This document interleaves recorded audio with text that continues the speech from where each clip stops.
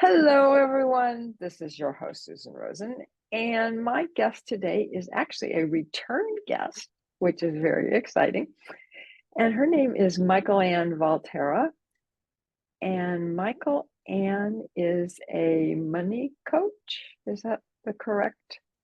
Yeah, Okay. some people say Okay. money coach, some people say financial coach, some people say Okay. Okay. financial therapist, but yeah, it's Oh my all goodness. there. She's all those things. I Wow. so many things.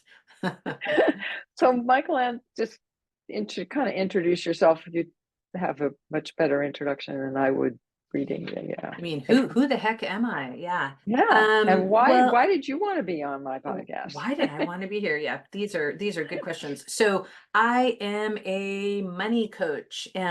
So real quick, what that means, Susan, for some of your listeners that may not be familiar with it, it used to be that people could go to, a financial planner with investment questions, credit counselor with debt issues.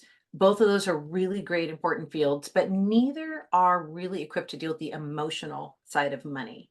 So Mm, money coaching, and some people call it financial coaching, they're synonyms, they mean the same thing, arose to help people with a lot of that, like practical day-to-day finance. When people have questions like, how do I know if I can afford to go to Hawaii? And I'm getting stressed about paying for college and I still want to live my life. But I'd say one of the biggest things, Susan, is yeah. people use and work with money coaches when they're tired of being stressed about money and Mm, anxious about money. So probably the number one thing I hear when people call me is they're tired of not feeling in control of their finances. ah, It's like, oh my gosh, it's such a big stressor for people. And a lot of the work is really practical. I work with people on let's learn how to manage cash flow, which boy, doesn't that sound boring, but it's what I think is more exciting. A way to say it is, what if we created a nourishing spending plan process where you ah, could design the life that you want? Right? And how do we use money to really, first of all, how do you direct money so it goes where you want it to go, where you're in control of this money as opposed to it feeling like yeah, money's running the yeah, show, yeah. I love So, it. Yeah. and I think part of why I was so excited about being on your podcast in particular Uh-huh. is, you work with so many amazing women in transition and, Mm, women in midlife, women in, 40s, 50s, 60s, 70s. And that's exactly who I work with too, right? I mean, there's that our demographic, and you and I are part of it, right? It's such an intense mhm, time of life. There's so yeah. much going on. And, what if money could calm down and use us, listen to that. How can we use money Yeah. to create that next chapter, right? To create a life that we love with money. And there's just a lot of questions that come up for women in this time of Hmm. life. So Hmm. I'm like, hmm all right, well, let's talk about it. Yeah. Yeah. Oh no, exactly. Exactly. So that actually brings up a question for me, which is excuse me. Sorry. Um, that as you were saying, people, especially when they're in their 50s, have this kind of like, well, I'm not retired yet, Hmm. but and I still have some time ahead, but I still want to do this or that or whatever. Um, so do you work also with women who are retired or getting ready to retire? And because there's all the things like with Medicare and Social Security and all that kind of Yeah, stuff, right? yeah. I mean, definitely. The answer is yes. I mean, it's interesting because, you know, yeah, it's such a great use of money coaching actually, because Mm. sometimes, when people retire, they're like, okay, I'll be okay according to the financial planners if, and then there's this big scary, if I don't spend more than X amount each year. All And then right. they're like, Yeah. how do I do that? And Yeah. what Yeah. happens when I Yeah. need to replace my car and I still want to Exactly. travel and I still want to Yes. do this and I still want to do that. And it's like, So sometimes when people feel like, okay, the money side has changed, I now know that, supposedly I'll be okay if I supposedly do this, but nobody tells you how to do that, right? No, And, no. I think that the other thing is there's so many emotions that come up when we move into that particular transition, right, of retirement. And part of it is some people feel like they've spent their whole lives building up, saving up to retire, and now suddenly we're spending it down, so that's Yeah, its own stressor. This is, technically yeah. it's called the deaccumulation phase. Again, that Oh, sounds okay. I that haven't sounds a heard little that one. boring, Yeah. but it is can be stressful, and yet this should be a wonderful fun time of life Mhm. where you feel like money is this just sacred tool that you're living Yeah, your best life. So, transition is a very big normal transition where people seek out money coaches for sure, because they right. really feel like they want to, do it well. And what I've seen a lot of people do is they actually hire a money coach a year or two before they retire Oh, to that make makes sense. sure that they Yeah. can and they're going to be Right, okay, right. and they want the skill set. They want to know Yes. that when they hit it, they're gonna be okay. And some people talk really practically, like, I want to make sure that I don't outspend my I, resources when I retire, which, hey, I get it. That's super important and practical. And some people know that it's a big emotional bundle of all sorts of things. mhm, And they want to be able to be as graceful around money as they can mhm. as they sail through this transition. So it's a wonderful, wonderful transition, but it is also loaded with so many emotions. Oh my God, yeah. Yeah, yeah. Well, and the other part that gets into that, that kind of complicates it, is if you're part of a couple, Hmm. right? Are you Right. married or are you not married? Is there a house? Is there this? Is there that? Yeah. Because a lot of couples, us, me and my husband as well, um, Hmm. keep our finances separate Hmm. and always have. Hmm. And, but then you own the house together, you do this together. Yeah, it's So it never gets kind of, 100% separate, right? Yeah. no, no, Yeah. no, exactly. You know, Yeah. Well, yeah, couples and money is its own special bailiwick, right? It's yeah. it's got a lot in it. And as I was Hmm. sharing with you before we started recording, I got Right. married about 2 months ago. That's And right. not surprising, it's a second marriage, right? I'm in my Uh-huh. 50s. Uh-huh. And so it all those things are up. Combining money, not Yeah, combining money. What are we that's right. combining? And is he gonna retire ahead of me, and what Yeah. does that mean, and how do we put Yeah. our lives together? And so it does Yeah. take a lot of really thoughtful conversations, and it brings up many things, including different money personalities, and Oh my God, yeah. how you're different than perhaps the person's first spouse. That comes Yeah. that comes up a lot. you know and it's money Uh-huh. is such Yeah. a fertile, intimate Yeah. space for couples Yeah. to to talk about and share with, but there's no single way to do money together. Hmm. Yes. Yes. No, exactly. Exactly. Unless you started as 20-year-olds together. Right. And sometimes I do meet people that are the long time happy married, they've been together since they were in their 20s. Have you guys been together for a super long time?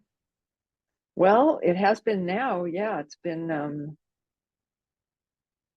little over 30 years.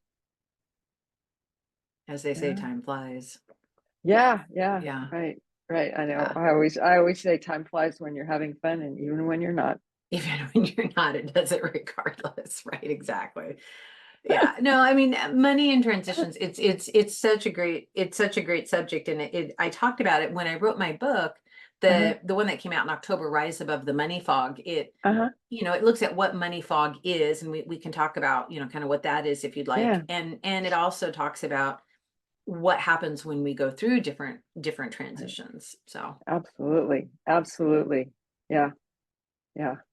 And it's the other thing, as I'm sure you well know, going into a second marriage, is that people bring in all of those experiences with them from the first time around, or the first couple. I mean, maybe you moved in with somebody, maybe you didn't get married, maybe, I mean, there's a lot of different variations, It's so right? true, Yeah, I mean, sometimes people's first spouse was more of a spender Mm, than the next person mm, they marry, and that leaves a mm. huge mark on them when you are dealing for many years with someone who is Yeah. very different than you are. Let's say you're a saver and you're married to a spender, and then you remarry, Yeah. and people naturally assume that the next person is going to be similar, but what if they're not, right? That's Yeah. very, Yeah. or vice versa, or Right. maybe you were married to someone who was what I call an under earner, who never made enough money. And so you always had to compensate and be the one to, be the provider.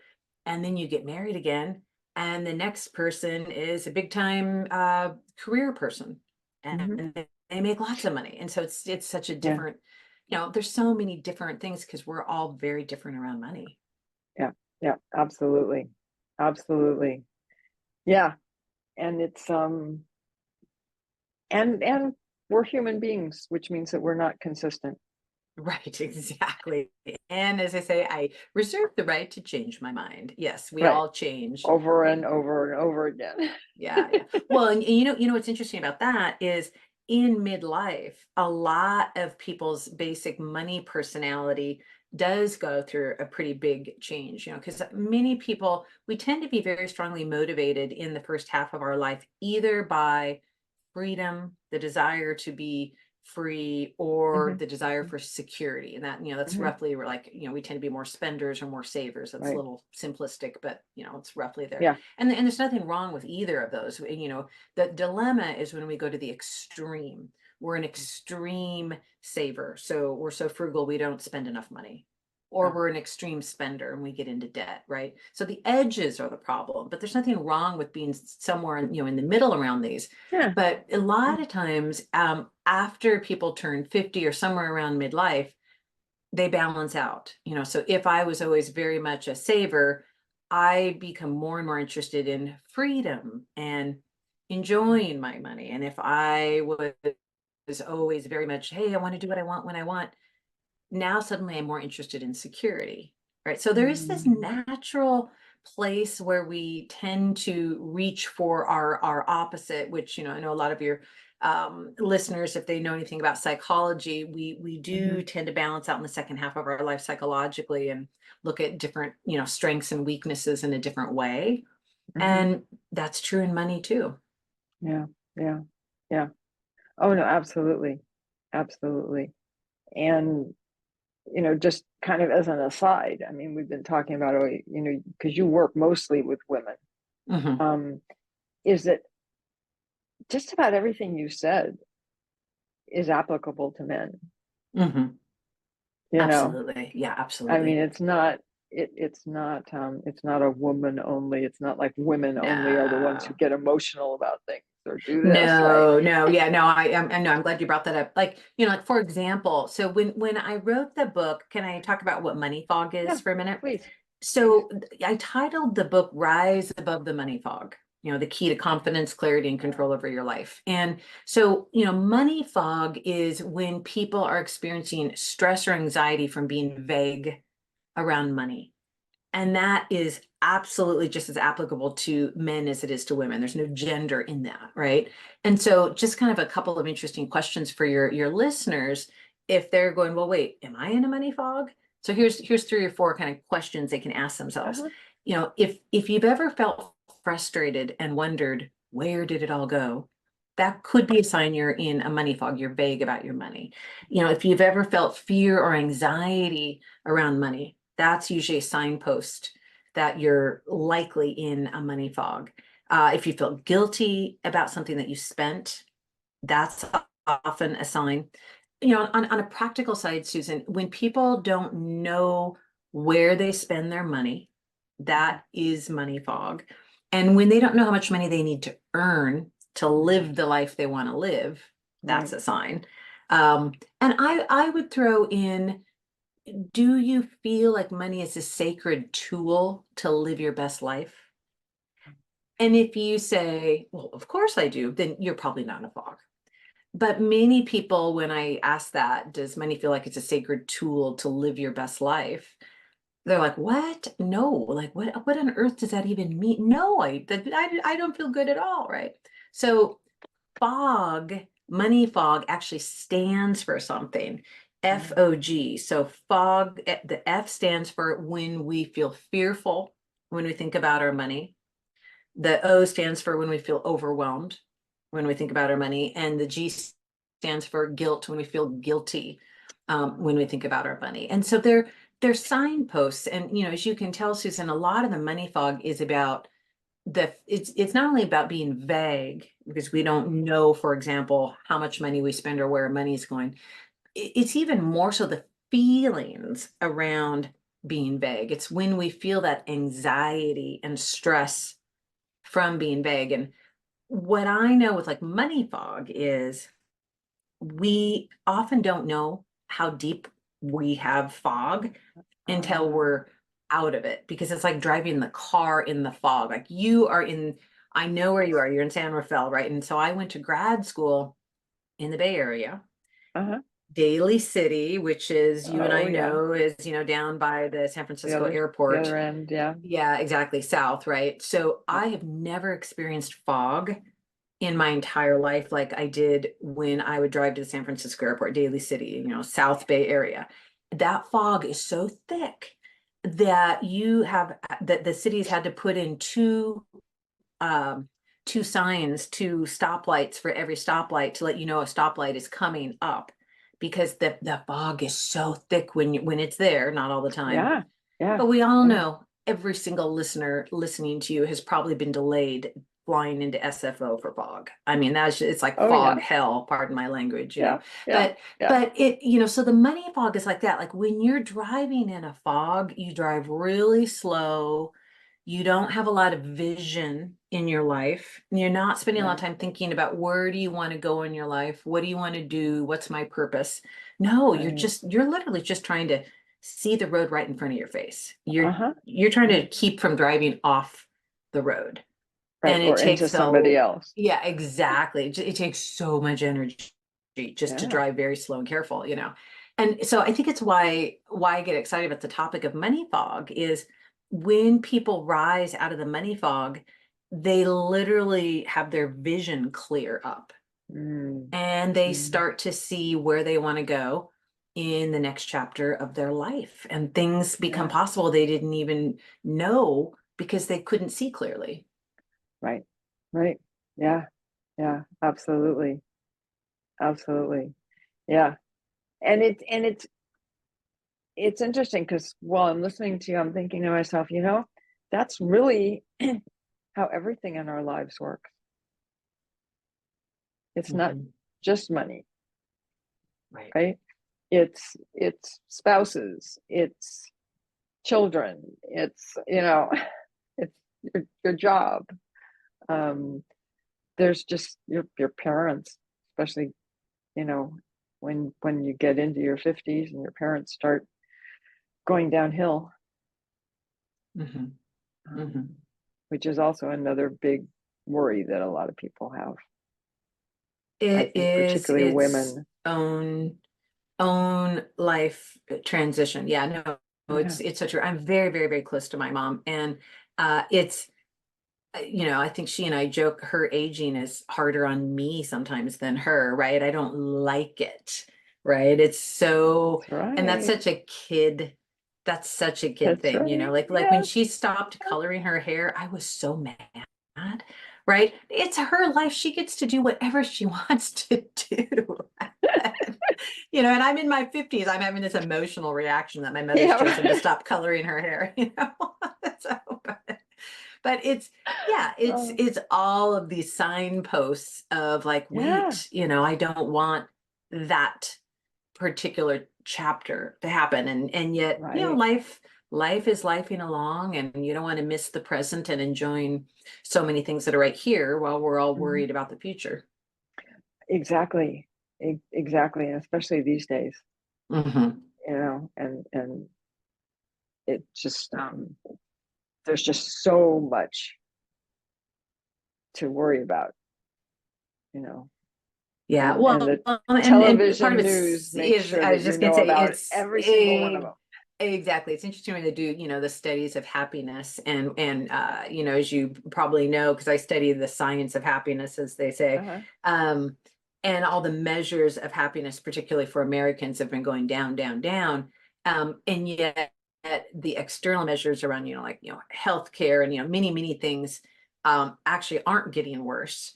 And there's a lot of questions about why Americans are less and less happy. And there is no single answer, but one of them that comes up very commonly is the constant assault of news. Mhm. And of course, the younger you are, the more likely you are to be depressed, as all of us know, because of social media. And we know it. Yes, It's unequivocal. We yes, all know it. And yet yeah, it's not like until social yeah, media is going away, right? So how do we handle that? yeah, absolutely, absolutely. Yeah, it's what comes to mind is like, okay, social media, what's going to happen? What's going to come next? Mhm. Right? There's bound to be something else that's going to replace social media. Mhm. Yeah, You I was know. reading Arthur C. Brooks wrote, he does a lot of work on the science of happiness, and Mm. he's the guy who wrote From Strength to Strength and just wrote a bestseller with Oprah on living your best Ah. life. Can't remember Oh, the name of okay. it. Build the Life You Want is the latest book. And one of his points Right. is make sure in social media you only follow people you're personally friends with, as Thank opposed to the you. lifestyles of people that you wish you had, because I see this with money a lot. With it's a Yep. version of keeping up with the Joneses, right? I mean, the subject is Yes. as old as time.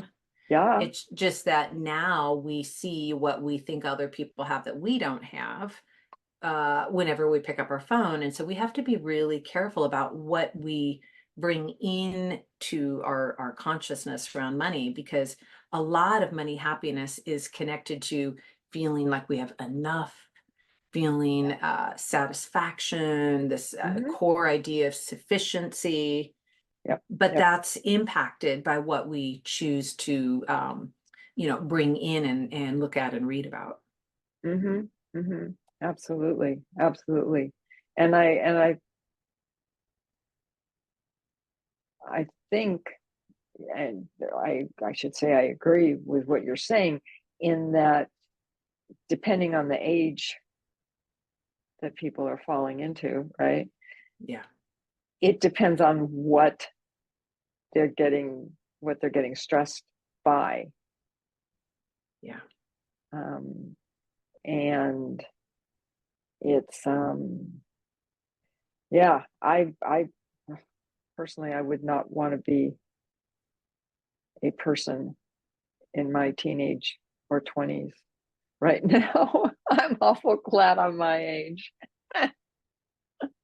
Yeah, I am too. I am too. Yeah, Yeah. I mean, there's a lot going on that young people are exposed to, for Oh my sure. God. Yes. Yes. And a much higher slash different expectations, Hmm. right? Yeah. For what does success look like? Yeah, my son's 24 and he's in a naval program on the East Mm. Coast in engineering. And Uh-huh. it's been fascinating for him because, I raised him in I'm in the Seattle area, and Yeah. we're in our own little bubble here in Seattle, and you don't tend to think about where you live because it's just where you live, right? Well, Right. now he's been in the Navy a couple of years, and he has been exposed to young men and young women from all over the United States, Yeah, I from bet. so many different socioeconomic backgrounds and Uh-huh. states and politics and religion. And his personality loves the variety. He's fascinated with, like, oh my gosh, so many different people and perspectives and Uh-huh. whatnot. But Yeah. it's I love that he is being exposed to so much. And now he comes back to Seattle, and it's very fun for people to ask him his thoughts and opinions on whatever the subject is. And of course, he's 24. He has many thoughts and opinions on all of these, but they're changing as he is being That's right. exposed That's to right. Yeah. such a wide Yeah. variety. Yeah. Yeah. Oh, exactly. Exactly. You know, and the other thing that goes along with that, with some people, is that they're like, well, I don't like your views, so I'm not going to associate with you, Hmm. Right. you know. Yeah, yeah. Good news is we And taught him not to go there, so he just sort of takes it in. But uh-huh, that a yeah, lot is your upbringing. Can you tolerate other people's that's views? right. That's Yeah, right. Absolutely. yeah, Absolutely. You know, yeah. and because I've always had friends that were not, their politics and all that stuff was Mhm. not aligned with mine at all. But they were Mhm. good people, you Yeah, know. well, yeah, no, it's true. I mean, I had friends that were so concerned about Xander going into the Navy and what he would be exposed to because of all Oh these other no. viewpoints, Yeah. and Yeah. I never worried about it because I knew he could handle the variety, Right. the variety of it, and Yeah. speaking of, money transitions, he's on the opposite end of where you and I are, and it's been wild to watch him and his buddies go through their financial transitions. I bet. They're at the beginning of the empty nest, there they are Hmm. out of the nest, and Yeah. watching him set up his first home, and watching him looking at, he'd love to get married, and look, I Uh-huh. mean, very much Yeah. in his own interesting, wild transition, and, Yeah. lots of calls home that says, well, mom, I know I was never super interested in this, but so how do mortgages work? I love it. I love it. Stuff That must really be great for you. yeah, it's always I could write a lot of funny books as he could, like being, because he's a very funny kid. He posts all sorts of funny memes of, being raised by a money coach. He's got these, little platitudes that I've handed him, Uh-huh. but yeah, I mean, we all have our different personalities, and you take your personality That's through right. whatever money transition Yes. you're in, right? The Yeah. biggest transition that I see is divorce.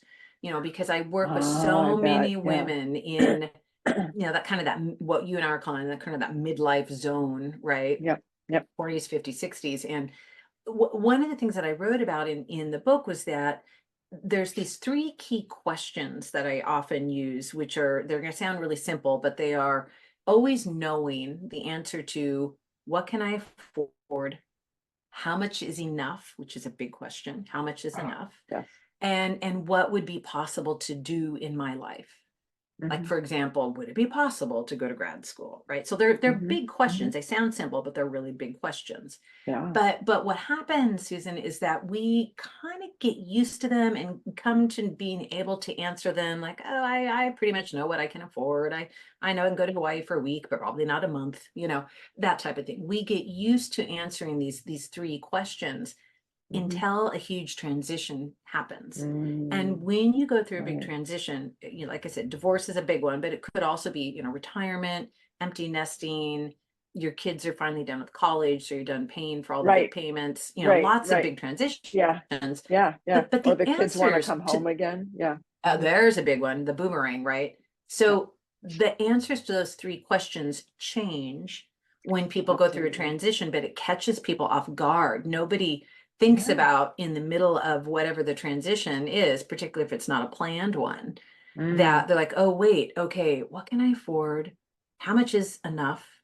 And what would now be possible? All the answers to those have changed in all likelihood if you've gone through a big divorce. And so, or if you've gone through whatever the big transition is, right? And Right. so, really being able to stop and go, okay, that the answer to how much is enough is different. Like, for example, I had a client recently who finally her youngest child finished college, and she's been making huge college tuition payments for, it feels like, for years.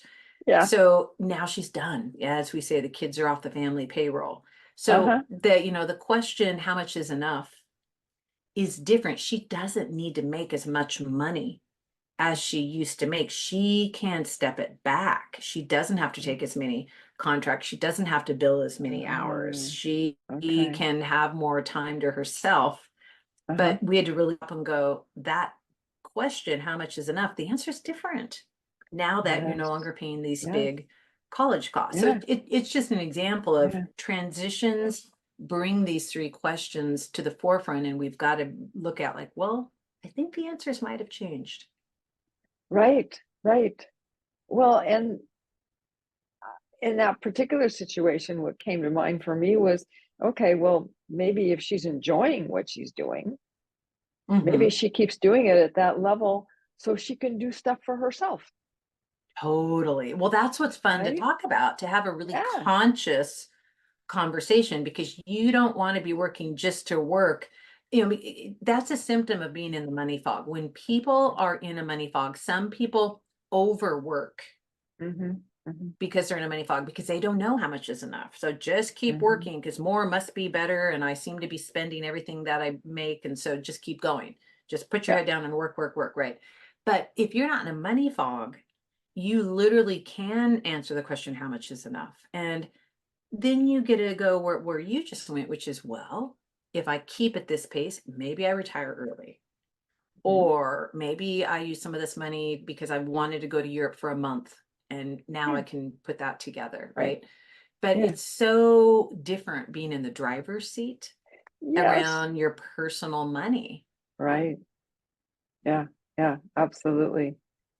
Absolutely. And you're right. I mean, people get into their 50s and probably 60s because women started having babies a little bit later. Right, Um, absolutely, yeah. yeah, Mhm. that that's the kind of thing that, especially if you're married, you have to kind of sit down, right, and talk, figure out what you yourself want, and then sit down and talk. Right, exactly. Well, and I do love money and couples because, as I said, Uh-huh. it's a very intimate space to be looking at what is the joint vision Right. of our life, Mm-hmm. it's interesting because some couples are so intimate in some ways and not in others.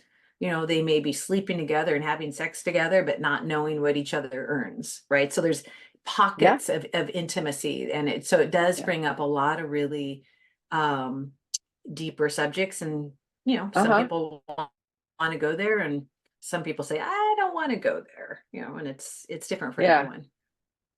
I was just looking at my internet thing. Doesn't seem to be as strong as usual. Strange. I think we're okay. Yeah. Yeah. No, no, we are. I'm just usually it's got three things on it. And right now it's got only has two. Mhm. Um. Anyways, so okay. Is there anything else you want to throw out that you think we haven't really kind of talked about, or No, I think, it's important for people to yeah. think about? Oh gosh, there's good. Do you have 5 hours, Susan? Let's keep going. No, no, I think that's the big stuff. I mean, obviously I'm excited about the book. People can Uh-huh. grab it on Amazon. Uh-huh. What's fun, I'll hold it up for people that are visual. It's 100 pages. And you know how hard it was to write a short book? There's that famous Mark Twain quote that said, when he was writing a letter to his friend, he said, I'm sorry, I didn't have time to write you a short letter, so I had to write you a long one instead. I love that quote, right? Just because it's Yeah. like, but I wrote it to actually have people read it. And so a shorter book, Yeah. people can sit down with a cup of That's coffee and right. enjoy it on a Saturday morning. So yeah, I would love people to, kind of grab their own copy. They Mhm. can get it anywhere. Most people get it on Amazon. Yeah. Yeah. Yeah. No, that I know. Talk about a success. Yes, exactly. But we won't go there. Um, anyways, I will also put the title and everything in the show notes.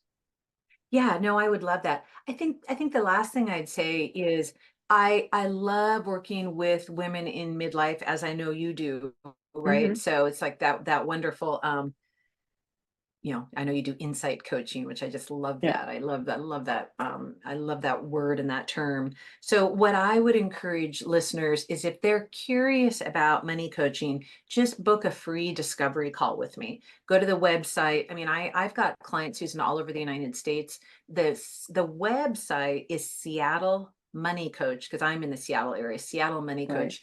But if they go there, they can book a free discovery call and we can talk about what's the number one thing that's keeping you from rising above the money fog, because that's my Hmm. superpower, you know, Yeah. and I'm just Right. so excited for people to live their best life. Yeah. Yeah. Yeah. Yeah. I think the important message is that it's possible. Oh, huge. It is so possible. It is 100% possible. And the air that you breathe on the other side out of the money fog is so free and clean. It feels so good. Oh, well, on that note, everyone should feel just, happy and ready to go in getting their finances together. They're just going to be inundated with people. Rise above the money fog together as a group. Yeah. No, There you it's wonderful. go. I love this work. Thank you so much for having me on and having me back. It is Oh, always yeah. so fun to, talk with you, because we both just love working with women in this fertile, interesting, transitionary time of life. So thank you. Yeah. Yeah. Yeah. No, exactly. Exactly. And helping them to find the door and be able to open it. Well said. So, okay. Well, let me finish up in my usual, which I'm kind of out of practice here on, which is that neither of us are doctors.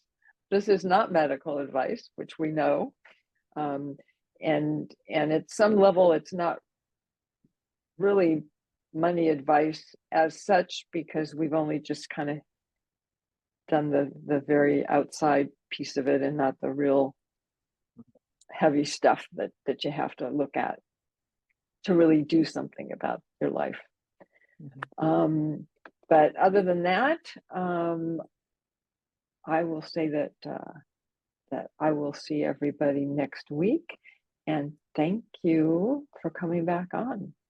It's been a Thank you, pleasure, Susan. as I love it. usual.